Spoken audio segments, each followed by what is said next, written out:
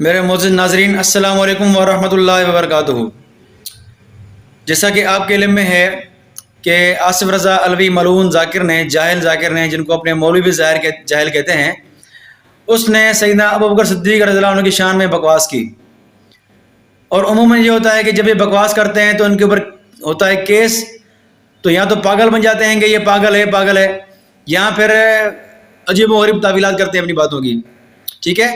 تو آصف رضا علوی کا بھی یہی حال ہے، جب اس کے اوپر کیس بنا تو اس نے اپنی بات کو گھمانے کی کوشش کی اور جھوٹ بولا۔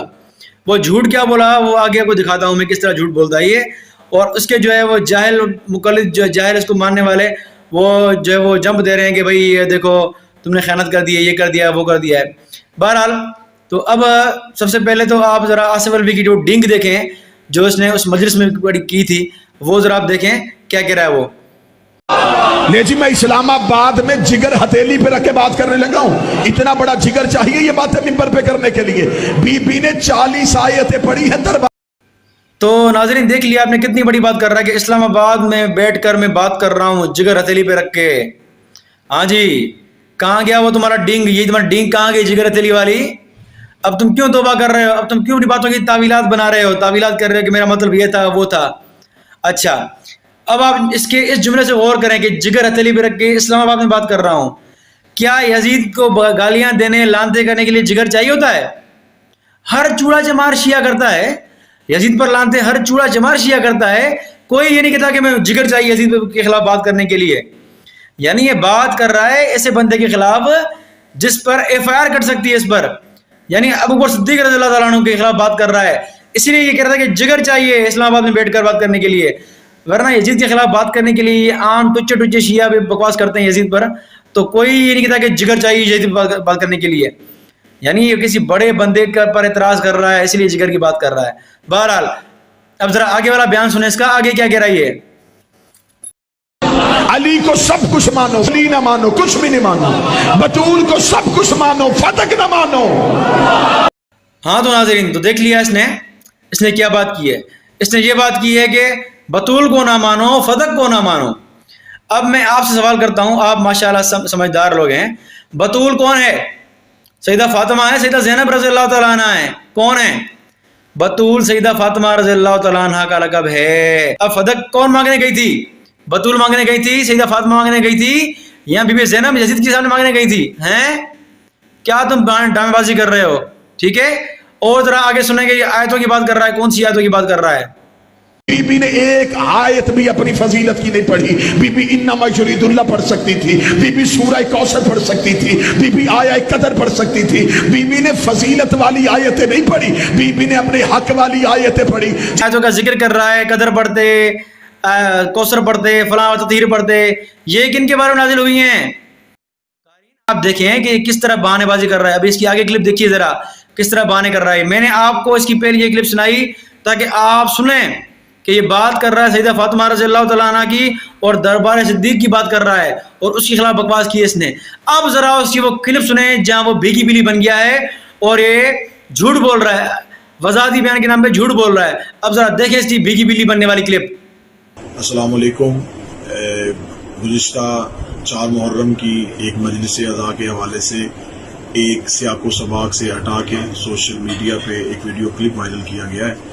دوران تقریر جو ہزاروں مسلمان مومنین وہاں پہ موجود تھے، ان کی موجودگی میں خلافت یزید کے متعلق گفتگو ہوتے ہوئے یہ جملہ جات کہے گئے کہ جب جناب سیدہ یعنی کہ جناب زینب بنت علی دربار میں گئیں، دربار خلیفہ یعنی کہ یزید کے دربار میں گئیں، تو بی بی نے وہاں پہ جا کے اپنے حق کی آیات کو سنایا اور اپنا منوایا، اور اس کے بعد جناب زینب بنت علی کا شام کے دربار میں جو خطبہ ہے اس خطبے کو پڑھا گیا، اور ثابت کیا گیا کہ بی بی نے اپنے خطبہ میں لفظ استعمال کیا اے فاسق و فاجر۔ یہ لفظ یزید کے لیے استعمال کیا گیا تھا۔ اسی لفظ کو، اسی ایک جملے کو، اس ایک کلپ کو اس کے پہلے اور بعد والی گفتگو سے ہٹا کے پیش کر کے ایک فرقہ واریت کو ہوا دینے کی کوشش کی جا رہی ہے۔ میں اتحاد بین المسلمین کا قائل ہوں، اور میری روزانہ کی مجالس جو ہیں اس میں اتحاد بین المسلمین پہ زور دیا جا رہا ہے، اہل سنت برادران کو دعوت فکر دی جا رہی ہے، اور مسالک میں آپس میں ہم آہنگی اور بھائی چارے کی دعوت دی جا رہی ہے۔ لہٰذا میں یہ بیان دیتا ہوں کہ یہ ویڈیو کلپ جو سوشل میڈیا پہ وائرل کیا گیا ہے، اس میں جو خلافت، جو خلیفہ اور جو لفظ استعمال کیا ہے، یہ یزید کی خلافت کے بارے میں ہے، نہ کہ کسی اور خلیفہ مسلمین کی خلافت کے بارے میں ہے۔ لہذا ایسی غلط افواہوں پہ کان نہ دھرا جائے اور نہ ہی ایسی غلط چیزوں کو نشر کیا جائے، اور میں حکام بالا سے گزارش کروں گا کہ ایسی اس پرامن طریقے سے ہونے والے محرم میں اس طرح کی باتوں کو ہوا دینے والے عناصر کے خلاف کارروائی عمل میں لائی جائے۔ السلام علیکم۔ ہاں تو ناظرین دیکھ لیا آپ نے کس طرح بھیگی بلی بن رہا ہے، اپنے بیان میں واضح طور پر ابو صدیق پر بکواس کر کے یہاں بھیگی بلی بن رہا ہے۔ اور ذرا دیکھیں، میں تو ان کا مخالف ہوں، ذرا ان کے گھر کے لوگ دیکھیں کیا کہہ رہے ہیں، واضح طور پر کہہ رہے ہیں کہ اس نے گستاخی کی ہے۔ دیکھیں ذرا ویڈیو یہ۔ السلام علیکم یا علی مدد حق حیدر۔ مومنین، کل سے ایک ویڈیو بہت وائرل ہوئی ہے آصف علوی کی، جس میں وہ حضرت ابوبکر کی شان میں گستاخی کرتے پائے گئے ہیں، اور اس بارے میں شہیر سیالوی صاحب نے اس بات کو کنڈیم کیا ہے اور مطالبہ کیا ہے کہ ایسے لوگوں کو جیل میں پہنچانا چاہیے۔ بے شک ایسا ہی ہونا چاہیے۔ تو وہی ہوا کہ آصف علوی صاحب نے جو اسلام آباد میں مجلس پڑھی ہے، اس میں انہوں نے حضرت ابوبکر کا جو کسی و شان میں اہانت کی ہے، اس سے بہت سارے سنی بھائیوں کی دل آزاری ہوئی ہے، جس کے لیے مجھے افسوس ہے۔ جی ناظرین، آپ نے دیکھ لی ویڈیو کہ خود ہی ان کا ہم مسلک بندہ کہہ رہا ہے کہ ہاں اس آصف علوی نے گستاخی کی ہے، ٹھیک ہے، ابو صدیق رضی اللہ تعالیٰ عنہ کی۔ اب آگے ذرا دیکھیں، ان کے بندوں نے اس کے خلاف اس کو فتنہ کہا ہے آصف علوی کو، کہ محرم میں فتنہ پھیلا رہا ہے۔ ذرا دیکھیں آپ کے سامنے، میں نے اس کے ایک چینل کی ایک ویڈیو کی ایک کلپ لگائی ہے، وہ ذرا آپ دیکھیں۔ واضح طور پر آصف علوی کو فتنہ کہا گیا ہے۔ کیوں کہا گیا فتنہ؟ کیونکہ یہ صحابہ کرام بکواس کر رہا ہے۔ تو آپ نے دیکھ لیا کہ آصف علوی ڈرامے بازی کر کے بھیگی بلی بن کے اب اپنی باتوں کے جھوٹ جو ہے وہ بول کر یہ کہہ رہا ہے کہ میں نے سیدہ زینب کے بارے میں بات کی ہے، نہ کہ بطول اور ابو صدیق کے بارے میں بات کی ہے۔ حالانکہ ان کے بیان آپ نے دیکھ لیا کتنا واضح طور پر کہہ رہا ہے کہ بطول کو نہ مانو، فدق کو نہ مانو۔ واضح کہہ رہا ہے کہ تطہیر کی آیت، کوثر والی آیت، یہ کس کے بارے میں ہے؟ سیدہ فاطمہ کے بارے میں ہی ہے۔ لیکن یہ جاہل اپنے آپ کو بچانے کی ناکام کوشش کر رہا ہے، یہ سب کو اپنی عوام کی طرح کم علم سمجھ رہا ہے، لیکن اس کو چھوڑنے والا نہیں۔ الحمدللہ ہم جانتے ہیں، ہم ان کی رگ رگ سے واقف ہیں، ہم ان کی رگ رگ سے واقف ہیں۔ اگر اور بھی تمہیں شوق ہے نا آگے بات چلانے کا، تو اسی آصف علوی کی میرے پاس ایک اور کلپ پڑی ہوئی ہے، جس میں واضح طور پر یہی بات کہہ رہا ہے سیدنا ابو صدیق کے بارے میں، یہی بات کہہ رہا ہے۔ اگر شیعوں کو اور بھی کچھ چاہیے تو میرے پاس الحمدللہ بہت دلائل پڑے، آصف علوی کی اور کلپ پڑی میرے پاس جس میں یہی بات کہہ رہا ہے ابو صدیق رضی اللہ عنہ کے بارے میں۔ تو الحمدللہ ہمارے پاس دلائل ہیں، اور سب لوگ سمجھ سکتے ہیں کہ یہ آصف علوی اب بھیگی بلی بن کے جھوٹ بول رہا ہے۔ اب اس کا یہ اشر ہوا ہے کہ الحمدللہ غیرت مند سنیوں نے غیرت دکھائی تو آصف علوی بھاگا۔